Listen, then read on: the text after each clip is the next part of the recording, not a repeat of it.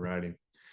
What is up, guys? Welcome to Thursdays. So if you're following along through the week, you're almost done. Lights at the end of the tunnel. Hope you're getting a bunch of good stuff. Today, we're going to be talking about underwriting. And we're going to be talking about the inventory sheet and how to talk to clients, how to ask them good questions, right? So the problem we're going to try to help you solve today is what the heck do I need to get out of clients, right? Because I remember when I was first meeting with clients, I was like, oh my goodness, like what do I talk about? How do I get to know them, to know what to offer them or what to quote them, right? And that felt kind of overwhelming. So I don't know if you guys have thought through what that's going to look or feel like yet and have been experiencing some of those thoughts. But I was definitely overwhelmed coming into that thought process and that conversation. So that's what we're going to be talking about today. Let me go ahead and throw in the chat the first thing we're going to talk about here. And then we were basically going to go through the inventory sheet together and talk through what that should look and sound like. I'm going to give you also a lot of thought processes because those help me a lot. Don't just tell me what to say necessarily, but tell me where my head should be at. So that way I know how to be talking to the client. So that helps me out a lot, and hopefully it'll help you guys out a lot too. Cam, what's up, man? Welcome. All righty. So that's the first thing we're going to be going over is that underwriting sheet. So if you guys want, that's also going to be in the email that you get afterwards in the agent app. But this is the first thing we're going to talk through for now. All righty. So that being said, what you have to keep in mind when you go into the conversation is that you want to sell something specific, right? You want to get paid well. You want to get paid quickly, right? You have maybe some carriers that are your favorites or some products that are your favorite to sell. So there's what you're looking for. And then there's what the client's looking for, right? The client has their own little thing that they want. They want $1 million, $10 million for $2 a month, right? Maybe not that exaggerated, but they're looking for something specific, right? But then you got to figure out what can they get. So the example that I'll use with clients and the way I explain it to them is, hey, this isn't Walmart or Amazon. You're not just finding what you want and can afford and checking out. There's a whole extra step to this. There's what you can get approved for. So that's where you're kind of thinking credit score. It's not their credit score, it's their health score, right? But you got to factor in, what do we have to work with your budget? What debts are we trying to cover, right? What's this problem we're trying to solve today? Right, if Cam's trying to cover his wife, then we got to figure out, okay, well, what do we need to cover her for? Is it a mortgage, right? That she's going to be out of a house if you die? Is it a burial? Is it a cremation, right? What's the problem we're trying to solve? Or do we want to make sure there's extra money left over? That's part of the conversation and the factor of what they need versus what they want, right? Are we trying to make someone rich, or are we trying to make sure you're not a burden on your family when you're gone? And then you got to figure out, what can you get, right? In other words, what can you qualify for? You don't want to be having Camry money shopping for a Ferrari. Does that make sense? Like that's not going to make sense there. But also health wise, we got to figure out what can they qualify for and which carrier is going to approve them, right? And those you can't change. You can't change their current or past health history.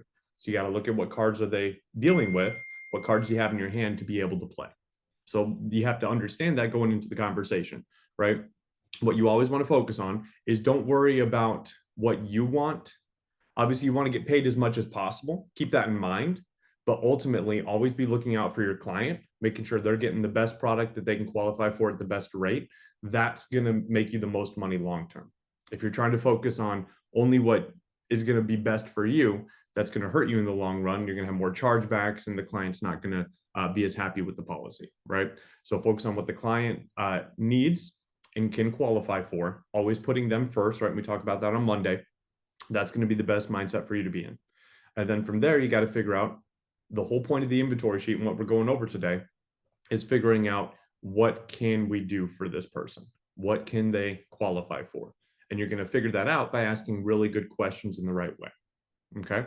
And then we can't change the health score, so to speak. So there's different parties involved, right? There's you being involved, you're filling out the application, you're asking the questions. There's the client needing to answer your questions truthfully and be transparent with you. There's the carrier involved. Obviously, they're deciding if they want to approve that client or not. And what the carrier is doing, part of what they're doing for underwriting, is they're going to reporting agencies like the MIB or Milliman and Telescript. Those are agencies that collect people's data when they go to the doctor, have a prescription filled out, even if they don't take it or not, right? If they go to the hospital, all those things stay on your health record. Just like if you apply for a credit card, right, and it's a hard check, you know how you can check if you're potentially approved and that doesn't hit your credit score, but then if you go through with it, that hits your credit score. There's a lot of different things that will affect that. That's how the medical world works for someone. They have that health history there, but you can't see it because of privacy reasons, right? And HIPAA law. So what's happening through the application process is the client is filling out the application based on what you're recommending, based on their needs and health. And then from there, when you fill out that application, part of what they're signing for is allowing the carrier to check all those things on the client. You can't change what's on the reporting agency, right? That just is what it is, but you can't see it. Does that make sense? You guys see the problem there. You don't know what the client's dealing with. Well, how do you figure that out? Ask them good questions, dive in deep into that conversation with them before you're ever talking about specific products or specific rates. Making some sense so far? Okay, so we talked through those things and the financial inventory being the tool that you're using for good underwriting. You want to make sure, and we'll talk again about this when we're going through the inventory, never settle for surface level answers. Always dive deep, right? So you're not just saying, what medications are you taking? Okay, cool, and then moving on, right? What you're doing is they say lisinopril. Okay, when was that prescribed? About how long you've been taking it? What was it prescribed for? Have you had any serious complications or issues from that? Does that make sense? So you're not just settling for, okay, lisinopril, great, moving on. Have you taken anything else other than lisinopril to help with your blood pressure, right? So questions like that are very important. And that same thought process you want to apply to every part of the questions that you're asking the client, not just health, but also about their budget, right? About their job, about their investments or lack of investments, about their savings, about their situation. Does that make sense? So part of being a good underwriter is making sure that you're diving deep into the client in every single way. So you're asking about different questions about the prescription medications and getting into those. Any diagnosis or medical condition they're dealing with, you're diving into that. And then it's got a list of a couple the main things you're going to run into that are big red flags: heart attack, stroke, mini stroke or TIA, cancer, stents, COPD or oxygen use, or kidney or liver disease or issues. Those are all pretty big deals. And then we also detail on this sheet a couple of helpful hints as far as if it's high blood pressure, how many meds are they taking for it? Because if it's 3 or more, that can be a problem. But if it's 2 or less, that's not a big deal. Asthma is typically not a big deal unless it's related to COPD or major lung issues. Diabetes, the thing to know about that is when was it diagnosed? That's a big deal. Not just that they have diabetes, that's typically not a big deal, but when was it diagnosed? Because if it was before the age of 40 or 50, that's where a couple carriers are going to be okay with that or not okay with that.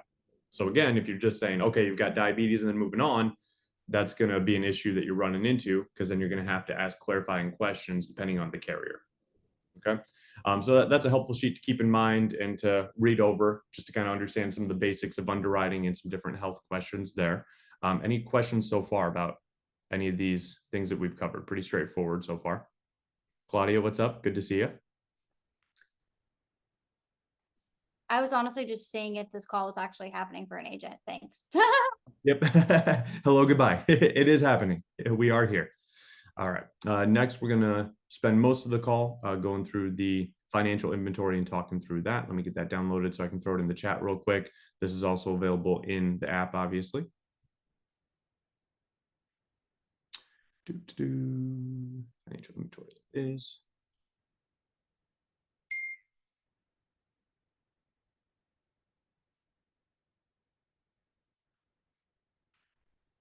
Quick question. Yes, please. When we're asking our clients, about their health, background and all that stuff, do we have a place where we're inputting this information?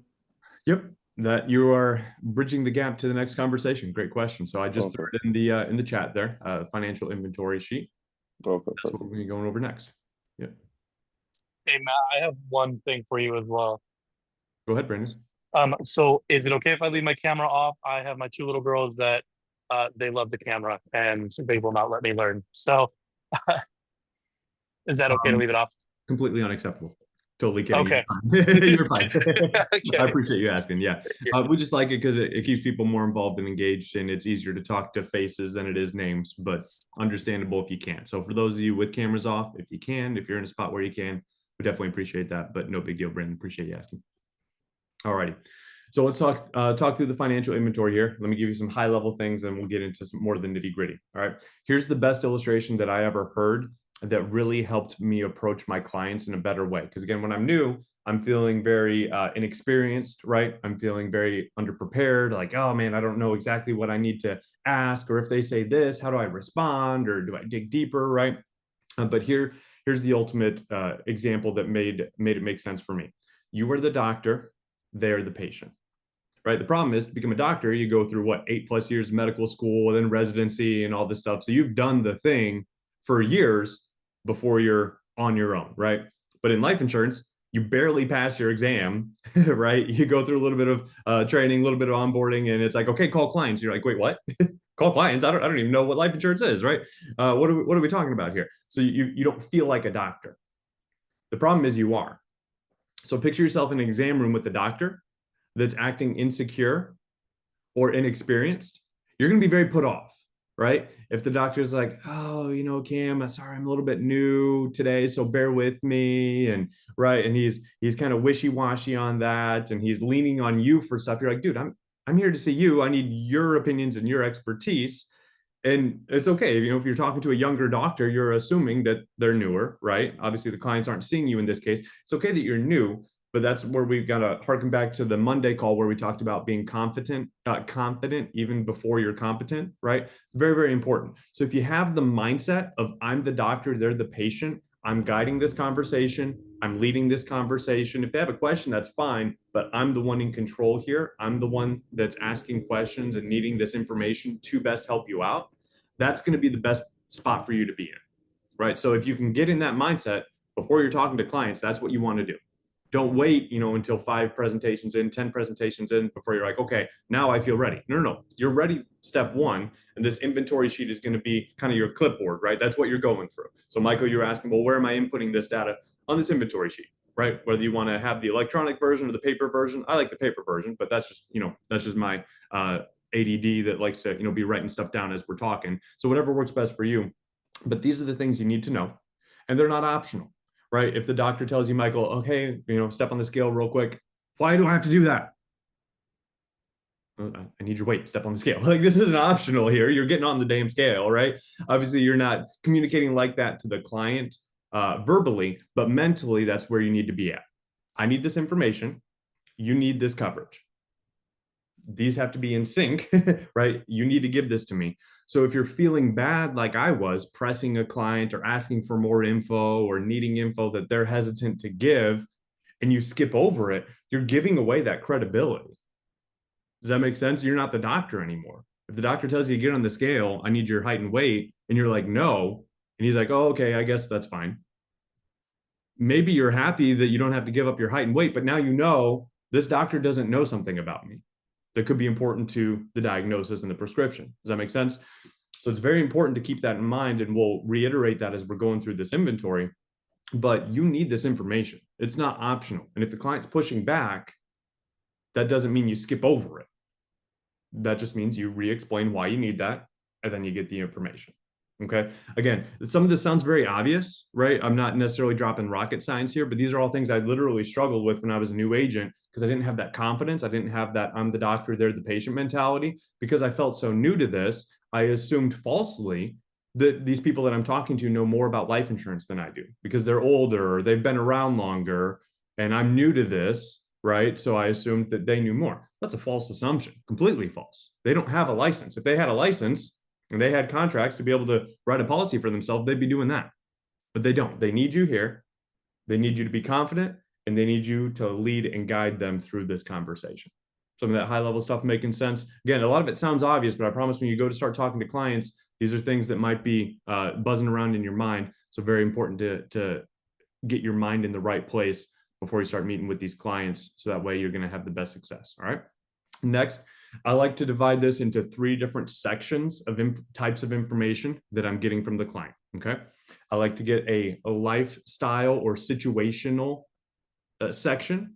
In other words, who are we covering, right? As far as beneficiaries and, as far as beneficiaries and dependents, I like to figure out what their life looks like.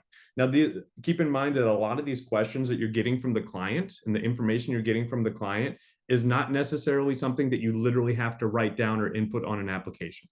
Okay. You want to know every single thing about that client because, again, they're going to trust you more the more you know about them, right? Just like if Michael didn't give the doctor his height and weight, that's now in his mind. Oh, I didn't give him this and I got away with not giving him something. What else can I not give him to get my meds, right? I want that Xanax, so whatever I got to do to get that Xanax, I'm going to get it, right? Oh, that doesn't work here. We need to know every single thing about this client, whether or not you're putting it on the app, because you have to make the best recommendation for them, okay? So you don't necessarily need to answer how many people do they have in their household, right? How many kids do they have? How many grandkids do they have, right? You don't need to answer those necessarily on an application, but I need to know what Connor's life looks like. Does he have a significant other? Does he have 3 little kids? Or does he have 3 big kids that are in college, right? Because that's a difference in lifestyle if you're buying them food or if they're off at college with their own job doing their own thing, right? Or maybe Connor's a, elderly single guy and he's got kids in different states, right? Well, okay, well, that looks different than if he has, a grandkid that is dependent on him living with him. So if you're only asking questions that show up on an application, do you see how a lot of these things are going to be question marks in clients' minds because they don't feel confident that you know their situation? So I want to empower and encourage you guys that this financial inventory is a skeleton to help you guide you through the conversation with your client. But you can't just be getting the skeleton. You need the muscle, you need the fat, right? You need everything else around it to be able to understand the whole situation. Making sense here? Okay. So that being said, first section I like to do is their lifestyle and what their life looks like. So as soon as you get through the initial part of the script where you're verifying, that they're the lead and that you are who you are, right? So I'm getting a bunch of calls.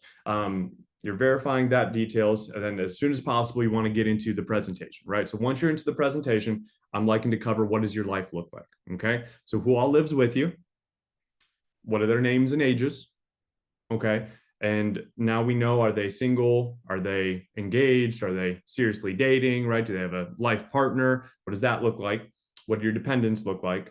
Who's the beneficiary here? Okay, so I'm figuring out who are we financially covering, but also who are you responsible for feeding or for clothing on a month-to-month basis, right? Again, not necessarily on the application, but all very important to understanding the client, their needs and their situation, right? So that's what I'm covering there. I want to be able to literally picture what their household looks like because we're virtual, right? So back in the day, you could walk in and you could see toys on the ground, right? Or you could see family pictures or something, but virtually you're not getting the benefit of those things. So that's what I'm trying to create. I'm trying to create this environment where I'm sitting down with them at the table, going through their life. Okay, so that's where your head's at. That's what you're thinking here is, okay, what does your life look like? So that's the first section I'm getting, right? So you're putting the beneficiary and dependents at the top. I'm taking down notes about first names because very important. You want to make sure you're getting names immediately, especially for the beneficiary, and using that name as many times throughout that conversation as possible. Because the more you can subconsciously plant in the client's mind, we are on the same page trying to accomplish the same goal. That's very, very important.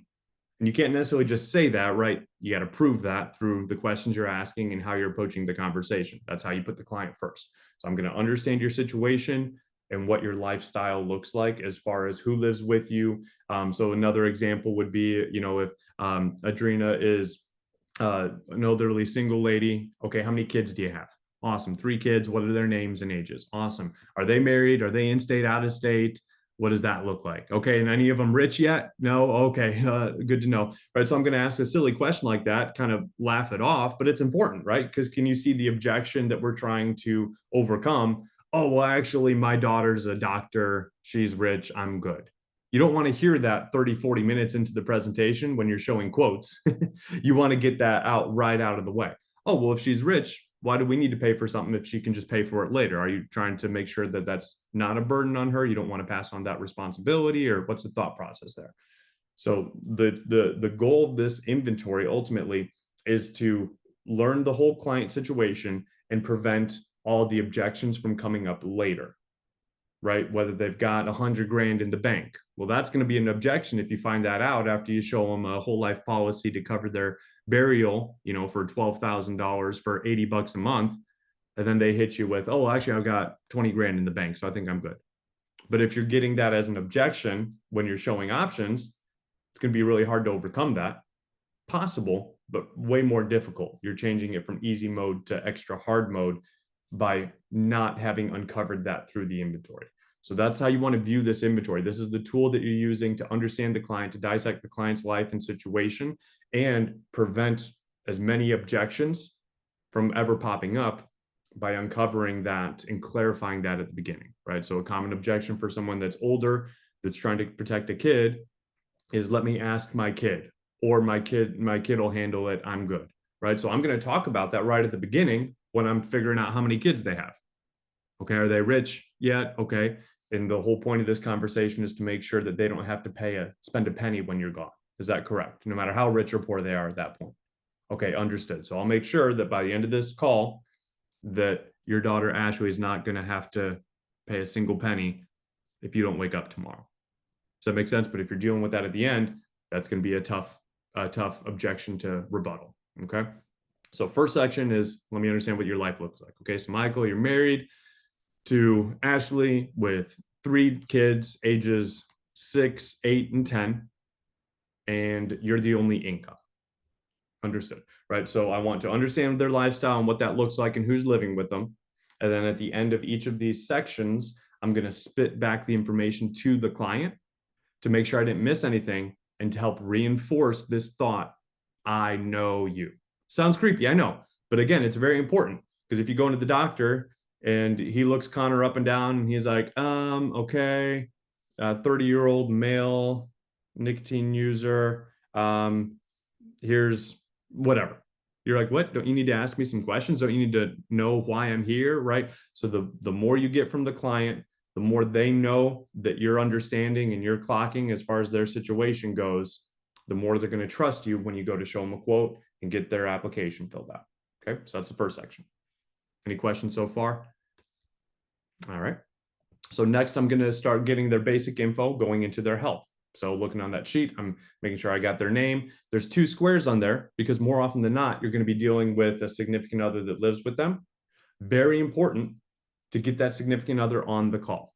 Okay, if at all possible. That's not optional. It's as soon as Cam says us or we or anything like that, that indicates there is another decision maker involved, I'm going to call it out immediately. I'm not waiting 40 minutes in to get told, hey, I got to talk to my wife. No. We're going to call that out immediately. Hey, Cam, I just want to make sure here, a lot of people that I deal with, they want to run decisions that are important like this by their spouse. That's going to be your case, right? Okay, perfect. Go ahead and grab Mary real quick, or 3-way her in if she's not around. Go ahead and grab her on the phone real quick, so that way we can all be on the same page. She won't have to be on the whole call, but I do need to make sure we get some of her information. Oh, why do you need her on the call? Well, she's going to be your beneficiary, right? Of course, yep. So she needs to actually be very aware, more so than you, arguably, about what's going on here, because she's going to be the one dealing with this, not you. So I want to make sure that she's getting all the information that she needs, and I'm going to need some information from her as well. So go ahead and 3-way her in real quick.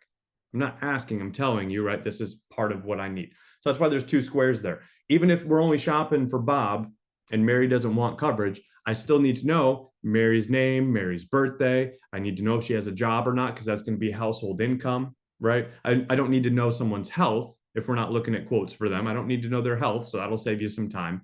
But I do need to know a lot of basics about them, their income, their debt, and what's going on. And I need to talk to them and explain the process to them. Because if you're not, I guarantee you, 40 minutes in, 50 minutes in, you're going to be getting hit with the objection, the classic objection of, I got to talk to my significant other. And that's a really difficult one to overcome when you've already shown your cards. And when I say shown your cards, that is you giving them quotes. So if at any point in time throughout this conversation, you realize, crap, I don't have all the decision makers present, or another common situation is I'm not in a controlled environment, right? They're at work and distracted. You don't want to give them quotes at that point. They're not ready to fill out that application and make a decision. So do I have all decision makers present and accounted for? And or are we in an environment that is controlled where we're ready to talk about something serious like death and finances and get something done about this? Does that make sense? And as soon as you realize you're not, that's where you want to stop everything. Don't just show them a quick quote. I would do that. I was crazy as a new agent. I would just, oh, okay, fine, that's all right. We'll do this anyway. I wasn't closing business. And then they wouldn't answer the phone because they already got what they wanted out of you. They want the quote. The quote doesn't pay Mary any money when you're dead. We got to get an application in place. Okay.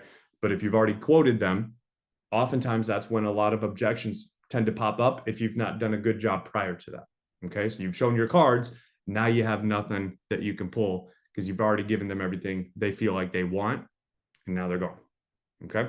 So I'm getting their basics info. I'm getting their name, their date of birth. Okay. And then I'm jumping into health. I like to jump into health first because that's going to help me figure out really quickly what kind of coverage do we even have as a potential, right? Term with living benefits or whole life are typically the two main factors that you're trying to figure out there. If it's a whole life final expense type of lead, well, we know it's going to be whole life. So I'm trying to figure out, okay, how bad is their health? So that way I know what carriers I might have access to, right? If they're sucking on oxygen currently, right? Or if they have recent cancer, they just got over cancer, they had a heart attack recently, some of those major ones on that sheet, I know that we're going to need to get real creative with who we're looking at, and I'm going to need to leverage my upline to make sure I'm finding which whole life carrier is going to be ideal for them. But if they've had a very major situation health-wise in the last year, I can quickly know, okay, we're going to be looking at guaranteed issue with like a SICA, their guaranteed issue policy. And that's going to have a 2-year wait, and that's going to be a little more expensive. So it's good to know as quickly as possible. And you're not going to know that appointment 1 or appointment 2, but very quickly in your first handful of appointments, you're going to start figuring out these basics of underwriting very quickly. Underwriting is an art that you only get better at with experience. So the goal of this call and these cheat sheets is to give you the basics that you need to kind of know where to point you. So that way you're a little bit more confident in that way, but ultimately understand that you are not going to be an expert underwriter until you're getting to, on Monday, we talk about that 100th presentation. That's where, presentation 30, 40, 50 plus, that's where you're going to start feeling the confidence of, okay, cool. I know that if this med or this thing comes up, this carrier is more helpful. But I know if this med or this situation comes up, I'm going to need to look at guaranteed issue. I'm going to need to look at this carrier. Does that make sense? So that's going to come with experience, I promise. And it'll come very, very quickly. You'll see that happening very quickly. So that being said, I'm asking questions like, okay, do you smoke anything at all? Nicotine, tobacco, marijuana, vape? The answer is yes. Which of those are we doing and how often are we doing it? Again, not necessarily something you need on the application, but we're trying to figure out their lifestyle and their situation. Okay, and height and weight. And then has your weight changed up or down anything major in the last 12 months? Okay, trying to figure out whatever their weight is today. Well, did they weigh 50 pounds more a year ago? Well, maybe they've had that can uncover some serious health issues or some serious health trends. So I'm asking that question as well. And a couple carriers are going to ask stuff like that on the application. So I'm getting their basics, then I'm jumping into smoker height, then I'm jumping into medications. I'm going to say something like this. All right, Michael, we're going to look at medications and prescriptions next, but we're going to break it down to 3 categories. We're going to look at what you're currently putting in your mouth. We're going to look at what you're prescribed and not taking, or what you were prescribed in the past and aren't taking currently. And then we're going to look at anything that maybe you were prescribed and never took. Okay, so that being said, Michael, what are we currently taking for prescriptions? What is it for if you don't remember the name, or do your best to help me with the name? Okay, so then from there, here's a really cool pro tip that I'm going to do. I'm going to go to old Google. I'm going to type in Lisinopril. Or whatever they said, right? I keep using Lisinopril because it's a common med, but just type in the name. Okay, let's say they give me metformin, and I don't know how to spell it. Even if you spell it wrong, Google's really good about helping you out there. So when you're new, especially for the first few appointments, but this is something that you always want to go back to. If you Google the med they give you, you could always ask them to spell it too. It's going to tell you, see right here, okay, here's common brands and here's what it's for. You guys see how helpful that is? Because if you're like me, you don't know crap about what medications do what or how to spell them or how serious they are, right? I don't know how bad metformin is versus lisinopril versus a blood thinner. Does that make sense? So just a quick Google while you're talking to them can show you that. So Michael says, yeah, I'm taking metformin. Okay, and that's to control your diabetes, right? Just because I Googled it real quick. I can ask, okay, and that's for diabetes, right? And are you type 1 or 2? I'm type 2, okay. Have you ever been prescribed any insulin? Okay, no. And what's your most recent A1C? So some good common follow-up questions when you uncover anything diabetes related or Jardians or something like that, okay? And then from there, They ask me about blood pressure. Let's say they say I'm lodipine. Okay, cool. Lodipine. I have no idea how to spell that right, but it's okay. Google's going to help me out as long as I get close. Okay, amlodipine. And that can treat high blood pressure and chest pain. Okay, well, those are two very different things, right? It can treat a headache or cancer, right? So I'm going to ask Michael, okay, that amlodipine, is that to control blood pressure, or why were you prescribed it? Okay, and have you ever had any chest pain or angina in the past? No. Okay, great. What about any heart attacks or strokes or mini stroke or stents? Ever had any of that stuff? No. Okay. What's your most recent blood pressure reading? Okay, so just to, again, showing you how to, you get the first question, okay, what are you taking? You get the answer, and then you drill down into that. How long you've been taking it, what's it for, what was it prescribed for, anything else to help treat this. Okay, does that make sense? Any questions there on how I'm using? So I'm using Google to help me with these meds, so that way I can sound intelligent about them, but more importantly, I can know, okay, what are we looking out here for?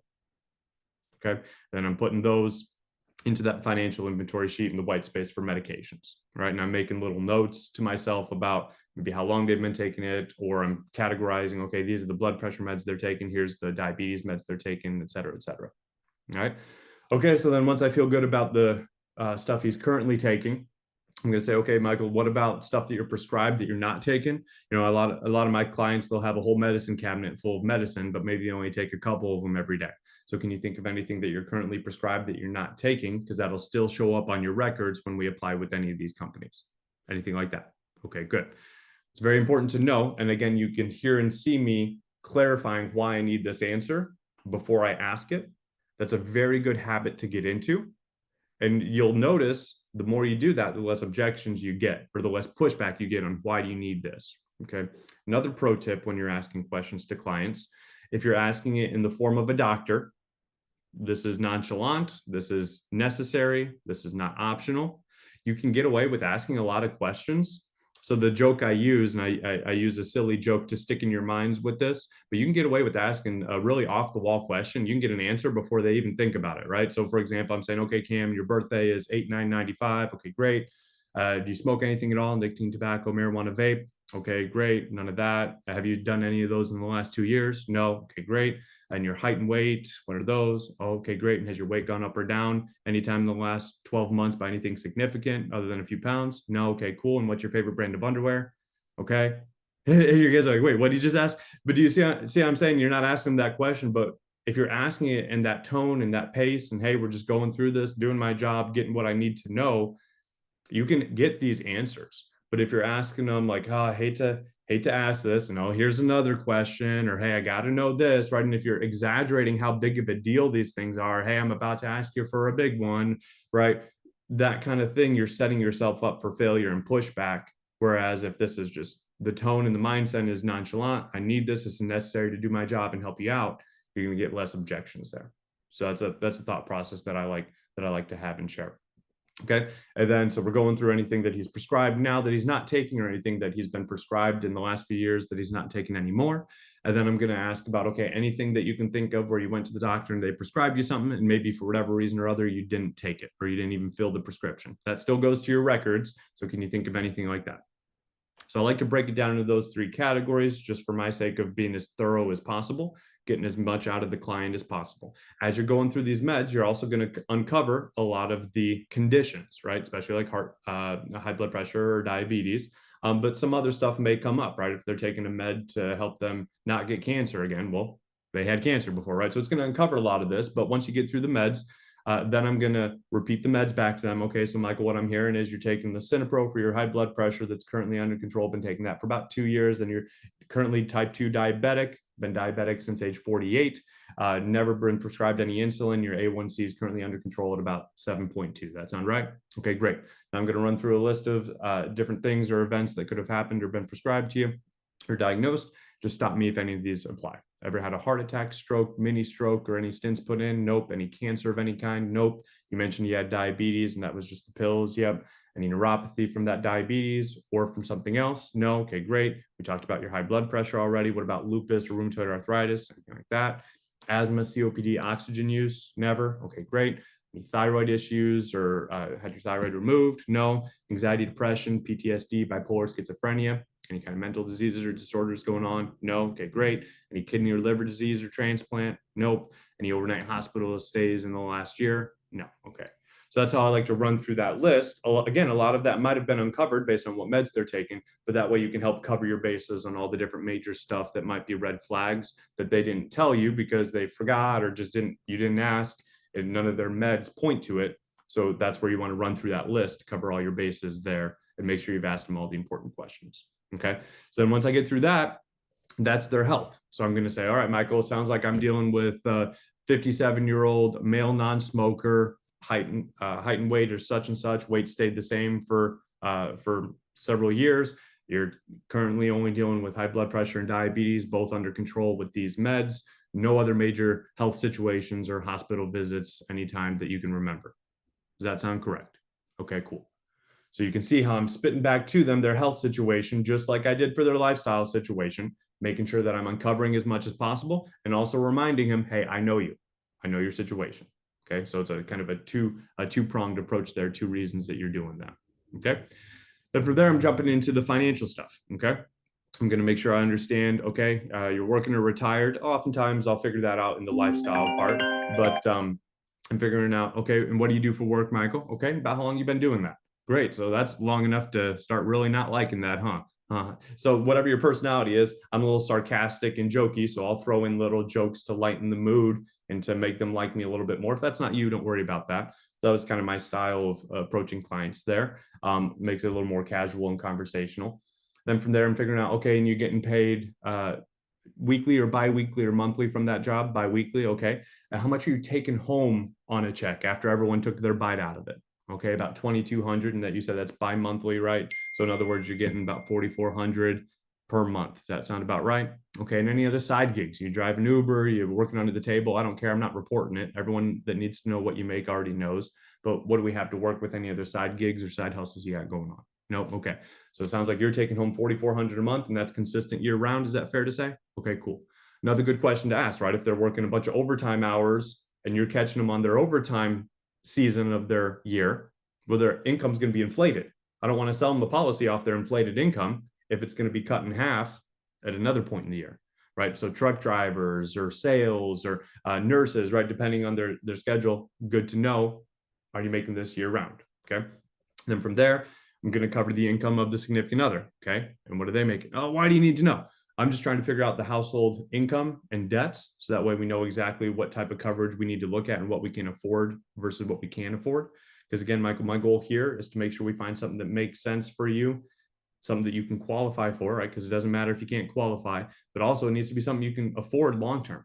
This isn't just something we're buying once and then forgetting about. This is something that's going to be in the monthly budget. So my goal is to make sure that we find something that's comfortable for you, that can fit in this monthly budget long-term, because it has to be there every month until we need it. And if it's not, you're not going to have the coverage. So if we want Mary to be covered, we got to make sure, of course, we want all the coverage, but we have to make sure we look at what we can actually afford, because we can always increase this later. Does that make sense? Perfect. So what'd you say Mary's making roughly per month? Okay, very good. So it sounds like your household income combined is about $66.52. That sound about right? Okay, very good. So then I'm going to write down their household income. If they're not retired, I want to figure out, when do they plan on retiring? Do you have a specific age or goal in mind for when you want to retire? That's especially important when you're talking to people in their 60s, and they're kind of looking at retirement and factoring that in. And if they're healthy enough to get something like a term with living benefits while they're currently working, we got to figure that out, because that could be a big factor if they're forced to retire early because they got diagnosed with cancer or had a massive heart attack. We're going to need an influx of income to make sure their retirement looks somewhat like they want it to look like. Okay. So that's why some of these questions are so important there. So I'm figuring out, okay, roughly when do you want to retire? All right. And then if they're, especially if there any significant others involved, I'm figuring out the survivorship income. And again, we talk about that Monday. So I'm figuring out, okay, what are you currently making and where's it coming from? And what are we going to be making when each of us dies? So that's what that survivorship income space on the inventory sheet is for. You're figuring out, okay, if we got a couple here, what's Bob making if Mary dies? What's Mary making if Bob dies? Very important to get that information and make sure they're on the same page with you, in agreement with you on that, because that's going to uncover a very big problem 9 times out of 10. All righty. And then from there, jumping into, okay, do you rent or own? If it's a mortgage protection lead, obviously they own the house. So you're figuring out, how long ago did you get the house? Have you refinanced since then? How much longer do you have on that mortgage? 25, 27 years. And then how much are you paying per month for that? How much is the house worth? How much equity do we have? And are we trying to pay the house off early with any extra payments? Okay. If it's rent, obviously you can cut out a lot of those questions. I'm renting for this much a month. Okay. And I want to figure out their, utilities or any extra bills associated with that monthly rent to make sure I'm figuring out their budget. And if you're ever getting pushback, you just remind them why you need to know it and ask them again, right? So, oh, why do you need to know all that? Again, I'm trying to make sure that whatever we're looking at for you, Michael, today is affordable. So we're going through a quick analysis of your budget to make sure anything we look at is going to fit there comfortably, and it's not going to stretch you too far and cause you to look at missing bills or missing payments on any of these things. So that being said, what'd you say your utilities were, or whatever they push back on? That's the same rebuttal flow that you would use, whether it's health or financial related or whatever it is. Hey, yep, here's why I need to know that. And then ask again. Okay. And then debt. You definitely want to know what their debt looks like. Because again, we're looking at life insurance here. And debt doesn't just magically disappear when someone dies. So we got to figure out what type of debt do you have hanging around, Michael? Any credit card debt that you haven't paid off every month? Okay. What about any personal loans, student loans hanging around still? Any medical debt? Okay. What about cars? Do we have car payments, car loans, or leases out? Okay. What do those look like monthly? How much do you owe on those? Very good. Obviously, house if they have house. Any other debts that you have out there for any furniture or any random stuff, you can take out debt on a toothbrush these days. So any debt hanging around out there other than what we've covered so far. Okay, so it sounds like you've got X amount of debt spread between these two cars, these credit cards, and this student loan debt. Does that sound about right? And your monthly payments are X. Okay, so I'm getting that information, spitting it back to them. I know you, I know your situation, I understand where you're at, emphasizing that. Okay, and from there, you're going to ask there's two sections of golden questions that can help you uncover a lot of potential objections and also help you uncover more potential money to be made by helping the client on even more levels. So you got the retirement questions. These are important for two reasons. One is you're going to uncover potential annuity opportunities. An annuity opportunity looks very simple. It's, do they have cash somewhere, whether it's in the bank, their house in a safe, under the mattress, whether it's a CD at the bank or an old 401k at their job. You're just looking for money. And then do they want that to be able to grow with investments without the risk of loss? That is an annuity opportunity. And before you know how to spell the word annuity, you can refer that to a specialist. As you learn more about it, you know how to handle it, but you can always refer that to one of our specialists who can help take care of it or help you with that conversation. The other reason you need to be asking this section is because, most importantly, the main reason here is you're going to be overcoming potential objections, being they have investments, so why do they need insurance? They have cash in the bank, so why do they need insurance? Or the most common, I already have life insurance, why do I need more? Okay, so again, section that you can't skip. This isn't optional if you want an annuity opportunity. No. This is you preventing objections and making sure you understand where the client's at financially. Okay, so we're going to jump into that. I'm going to say, all right, Michael, next we're going to look at some different financial things here as we wrap up. First of all, do you have anything that could act like life insurance or any kind of money that could help out Mary if you don't wake up tomorrow? So what I mean by that is, first off, do you have anything like a 401k, IRA, stocks, bonds, mutual funds, CDs, any kind of investments that you have going on currently that she would have access to if you're gone? Okay, and what do those look like roughly? Is that 50,000, that 500,000, at 5 million? What do you have roughly in that 401k? Okay, so I like giving them options for a lot of these, so that way it's a little less pressure and they kind of can give me ballparks or figures versus, oh, why do you need to know what I have in my 401k? That's personal information. Again, the whole goal here is to make sure Mary is provided for when you're gone. So we got to look at what you have and don't have, so that way we make sure we find the right option for you. So about how much do you have in that 401k? Is it just started out, or do you have a couple thousand in there? Do you have 100, a million? What do you have in there? Okay, very good. Then do you have, I know inflation's been crazy, but do we have any kind of rainy day fund sitting around, or not so much at this point? Okay, about how much does that look like? Is that 2 grand? Is that 10 grand? Is that 50 grand? What do we have sitting around in the rainy day fund roughly? Okay, do you have that planned for anything, right? Are we saving up for a down payment? Are we trying to pay off something? What are we saving that up for? Oh, just one around for a rainy day. Okay, understood, makes sense. So I'm trying to figure out, where do we have money? What are we using it for? They have money in the 401k. All right, Michael, are you aware that 401k, if you try to draw that out before you're 59 and a half, you're not only getting hit with taxes on that money, but you're also getting hit with an early withdrawal penalty. So if you have 100,000 in there that you want out before you're 59 and a half, you're getting taxed, 20, 30%, and you're having a 10% early withdrawal fee. So that 100 grand turns into 60 grand, and now you don't have a retirement account. So I want to confirm with you, I don't want to assume that 401k, that's not going anywhere. before you're 59 and a half. Is that correct? Okay. So I'm asking and educating so that way that 401k isn't a rebuttal when it comes down to, oh, well, actually, I've got this money, so I don't need to pay however much money per month for life insurance. Well, if you've already uncovered that, no, here's where that 401k is and here's what it's for, much less likely to be an objection if you've already taken that off the table. Make sense? Then from there, so I'm uncovering any kind of assets, any kind of savings, any gold buried out back. Do you own a bunch of Bitcoin? No, me neither. Okay, no worries. We missed that boat, didn't we? Okay, very good.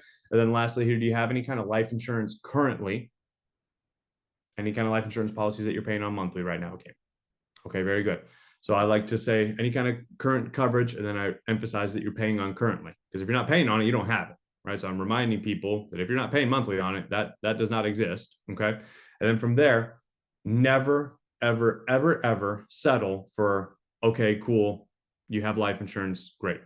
We need to get the concrete proof and facts of what that life insurance is, and you're going to get that one of two ways. And these are the only two acceptable ways.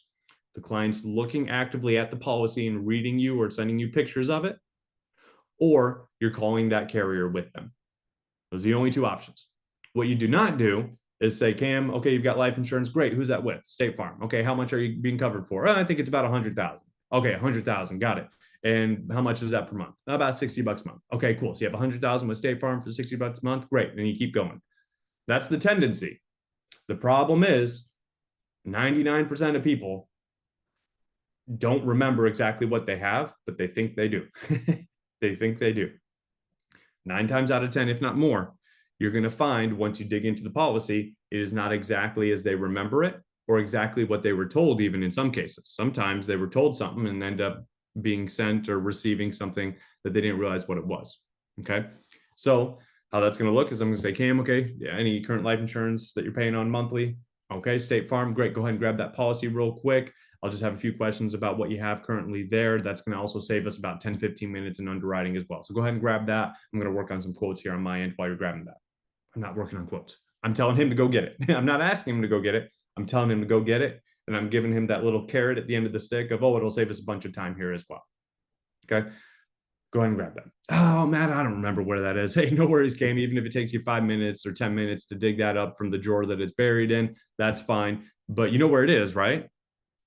Oh, man, I don't really remember. Cam, how's Mary supposed to file a claim on a policy that you don't even know where it is, let alone Mary? You see the problem here, and you're paying on that crap. We don't want you to be one of the people. There's tens of millions of dollars every single year, Cam, that go unclaimed because the beneficiary didn't know about that policy.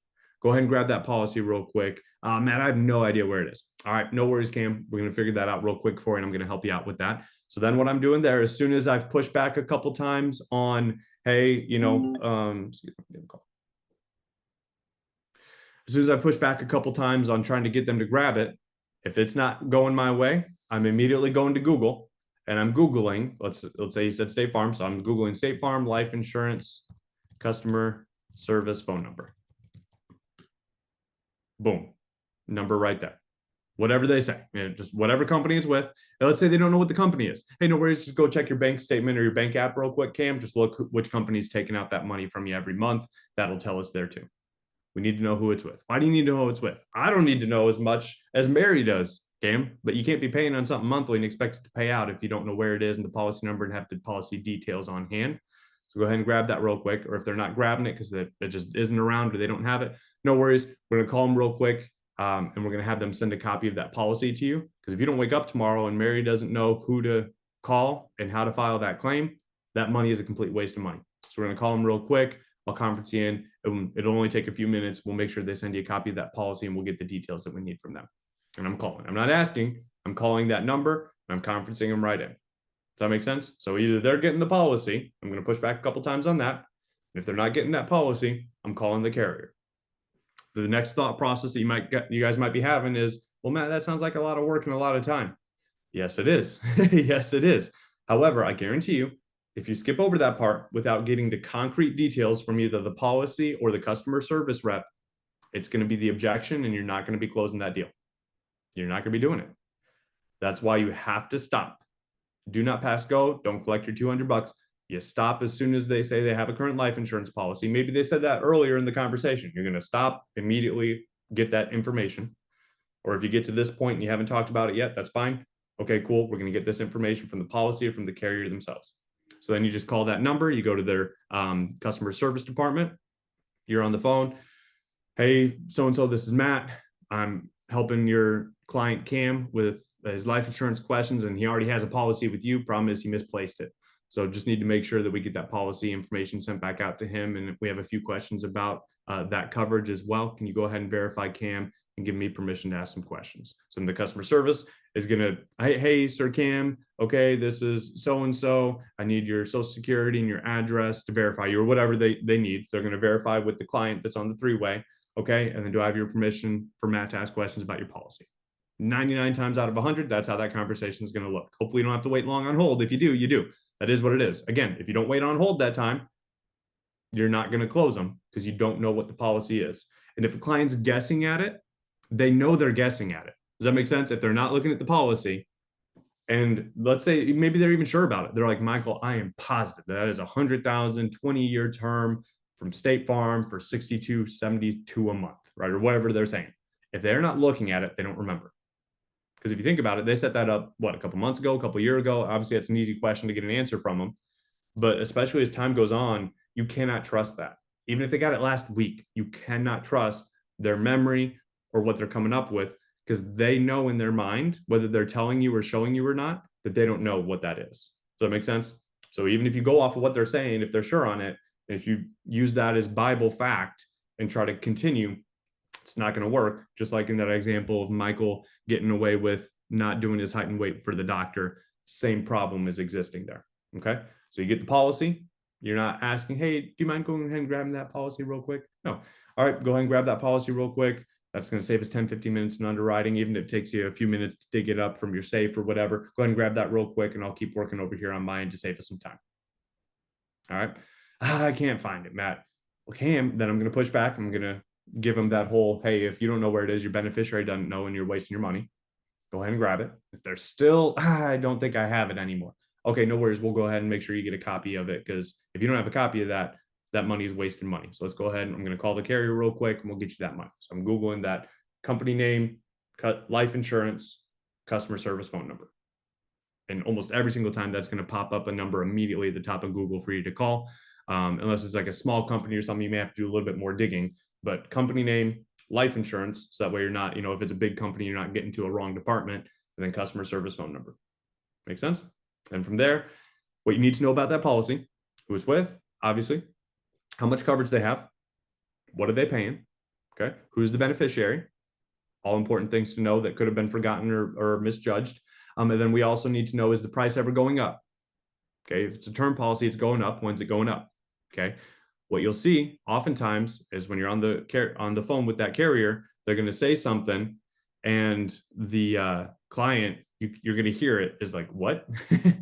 But if they hear that from you, if you tell them that, they're not going to believe you. You're not the company they're paying. Does that make sense?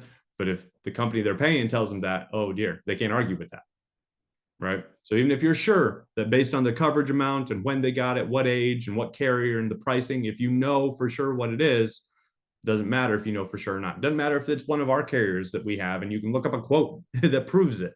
That doesn't matter. Policy or customer service are the only things that are going to solve this objection for you. And then does it have any riders or special factors involved in it?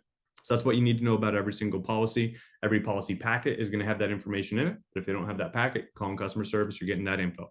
We're spending a lot of time on this because this is potentially the number one objection that you're going to run into is I've already got life insurance, and how do you handle that? This is how you handle that. All righty. And you're writing down that information. And then once you get off the phone with that customer service, I like to review with the client. All right, Cam, so it sounds like, and before you hang up, you always want to make sure you did what you said you're going to do and ask that customer service agent to send out a copy of the policy to the client. Hey, Michael misplaced their policy. That's why we're calling you. Can you go ahead and make sure that he's got a copy of that sent out to him as soon as possible? Okay, is this your address? Great, perfect, done.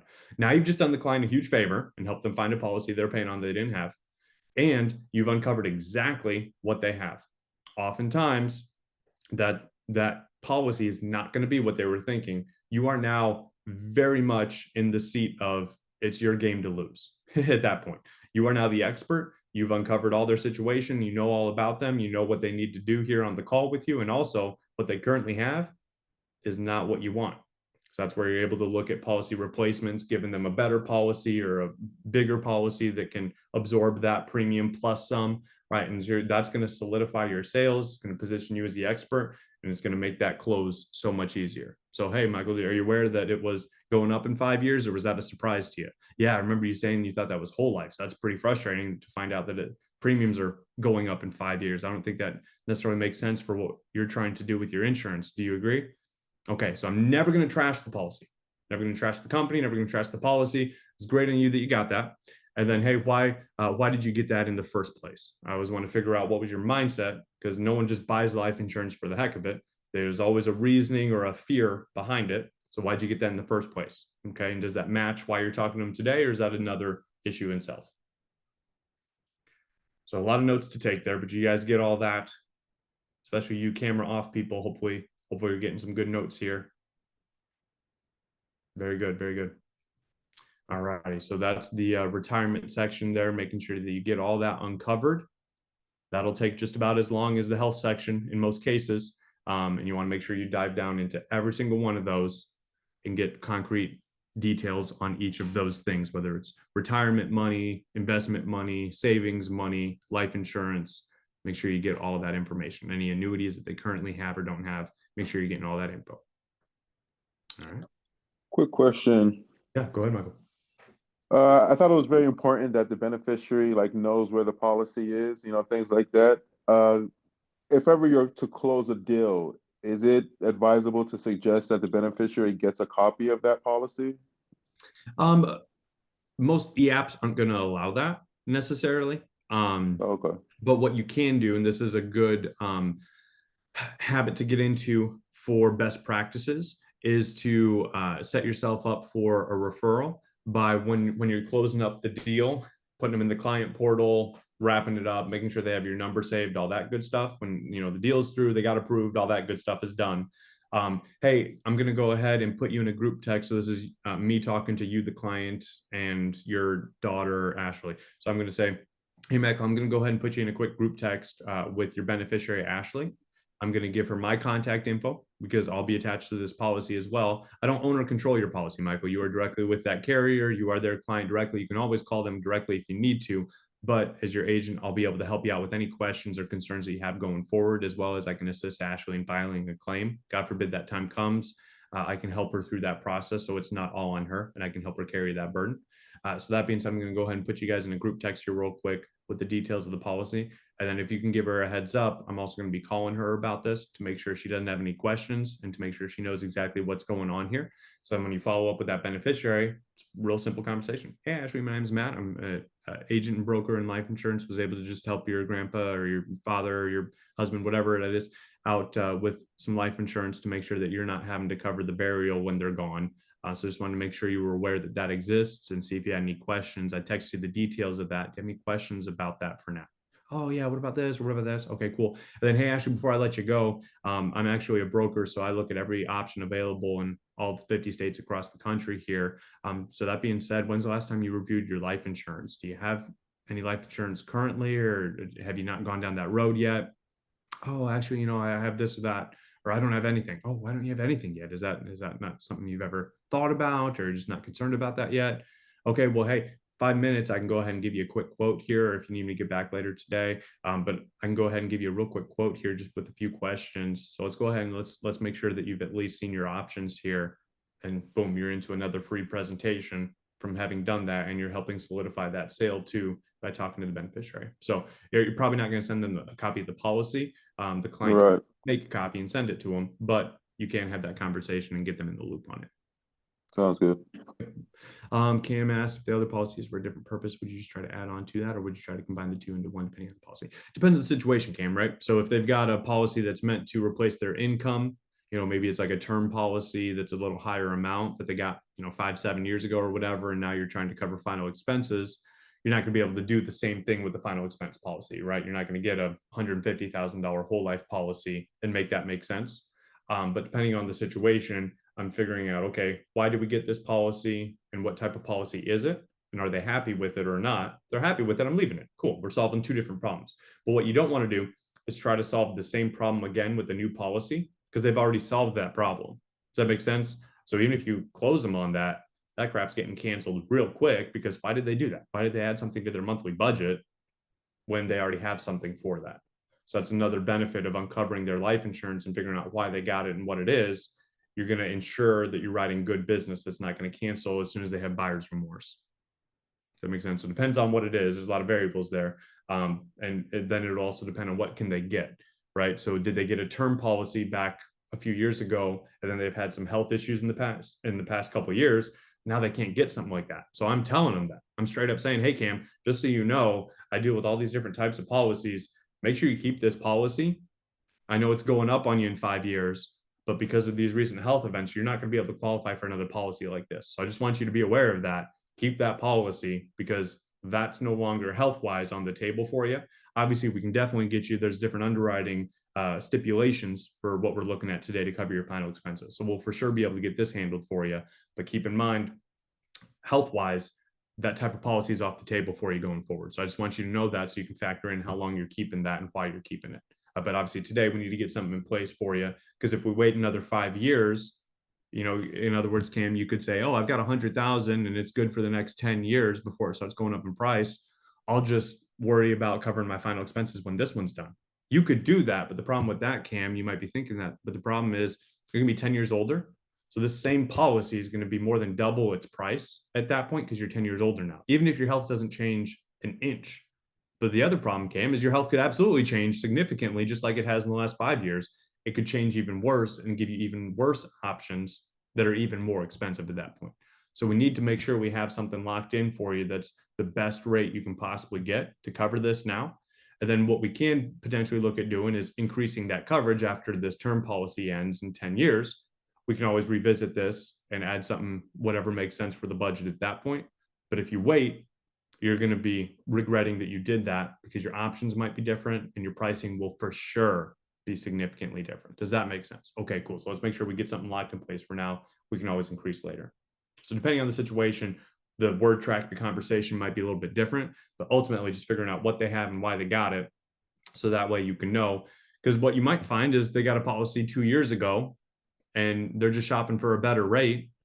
Okay, cool. Well, let's see if we can find you a better rate. That's pretty recent. And depending on the company and why you got it and who you got it through, I can probably find you a better rate. Are you happy with the amount of coverage? You're just looking for a better rate? Or are you worried that that coverage isn't going to be enough to pay for the burial and leave some money behind, right? If they have a $10,000 whole life policy and they're 65 years old and they don't die for 20 years, think about what inflation is going to do.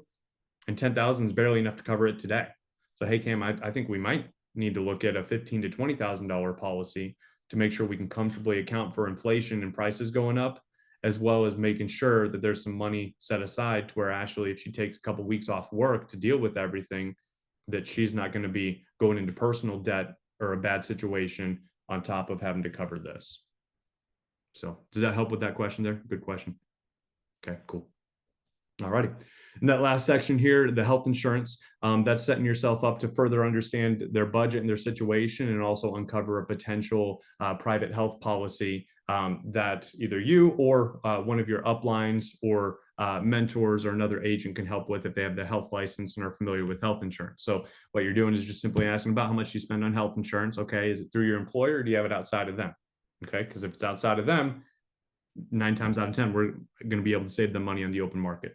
So if I can find a plan that keeps your current coverage and doctor, but saves you money, you think that would probably help you and your family out? Okay, cool. We're not going to deal with that right now, Cam, but what I'll do is I'll get with the specialist on my end and I'll make sure that we look at all your options and follow up with you on saving money there. So I can uncover another potential revenue stream for you guys as you get good at selling life. You can cross-sell into health, right? Very, very beneficial for you and your book of business and your profitability. But even for now, it's a good habit to get into, even if you're sending that client to someone else, another agent that is comfortable and prepared to do that, that can be another good source for you. And keep in mind that the more you help a client with, the stickier they are. Does that make sense? If you help them with a life insurance policy and an annuity and health insurance, they're never leaving you, right? But if it's just a life insurance policy, well, that's the least sticky it can be as far as how many policies you've helped them with. Okay. That's the inventory. So from there, you now have their life situation. You have their health situation and you have their financial situation. So I'm going to spit all of it back to them one more time. Okay, real quick, Cam, 30 seconds. We're going to review that I understand you and your situation and how I can best help you today. So from there, I'm going over everything. Here's how your lifestyle looks like, your beneficiaries, your dependents. Here's where everyone's living. These people are rich. These people aren't. And from there, here's your health situation. Here's what we are dealing with. Here's how serious it is or isn't. You're healthy, you're dealing with this or that, or struggling with this or that. Then here's where all your finances are. You're making $6,000 a month currently from these jobs. If so-and-so dies, you're making this much, right? Whatever the client situation is, I'm reviewing that. I'm reviewing their investments and savings. I'm reviewing their life insurance. I'm reviewing their retirement and anything else that they have in place. Does that sound like you, Cam? Yep. And what you'll hear almost every time is you're going to hear something like this. Yep, that's me. You're going to hear something like that, almost in that exact tone. That's what you're looking for. You're looking for that buy-in that client is saying, yep, Joe, you know me. You got me. And if you don't hear that or sense that, you missed something. Does that make sense? And you want to figure out what you missed. Cam, does that sound like you, or are we missing anything there? Nope, that's me. All right. That gives me everything I need. Give me a few minutes. I'm going to run some quotes for you here and make sure we find the best option to put you and Mary in the best situation possible going forward. And then from there, now you're consulting underwriting cheat sheets. You're talking to your upline, your mentor, right? If you got to put them on hold, if you're in the office, or if you're in live dials, right? Depending on where you're at and what your situation looks like, that's when you're reaching out for help in underwriting. Okay. And different uplines have different styles. Some might like you to take a picture of the inventory and text it to them, right? Or depending on who you're working with and how you're working with them. But that's the point there where you've gotten that buy-in. Yep, this is everything. Okay, cool. Now you know you're running quotes, right? And from there, you're running quotes with the carrier that's going to make sense for them. And obviously, Travis talked to you a little bit about that yesterday, and your upline will work with you on preferred carriers and what you need to do there. But from there, now you're getting into the quotes, and you're going to position the coverage to them that makes sense. Give them a couple options. Make sure you find something that is for sure affordable if they get approved. Filling out that application, getting them approved, locking them down. That's underwriting. That's how that conversation goes. Again, doctor-patient is the best takeaway from this call that you can have. You are the doctor, even if you don't feel like it. You may be new doctor, but you're still the doctor. They're the patient. This information is required. And the more that you can prevent objections by asking good questions and clarifying things up front, you're going to prevent your objections that are going to happen at the end. Are your kids rich or not? Okay. Is this something that you're determined? Do we have all the decision makers present, right? Or is this something you're going to need to talk to your spouse? All right, well, we're getting them on the phone. Okay, why did you have this policy in place? Or what is this investment or savings for? All these clarifying questions, when you're uncovering them throughout the inventory, can help you prevent those objections from burning the sale potential when you show options. And then the client's hitting you with, actually, I'm just going to stick with my savings. Actually, I'm just going to stick with the policy I have. Actually, I'm not super concerned about this now. Actually, I need to talk to so-and-so. All those objections are very much preventable in the work that you do before that time in the inventory conversation. Any questions that you guys have at this point?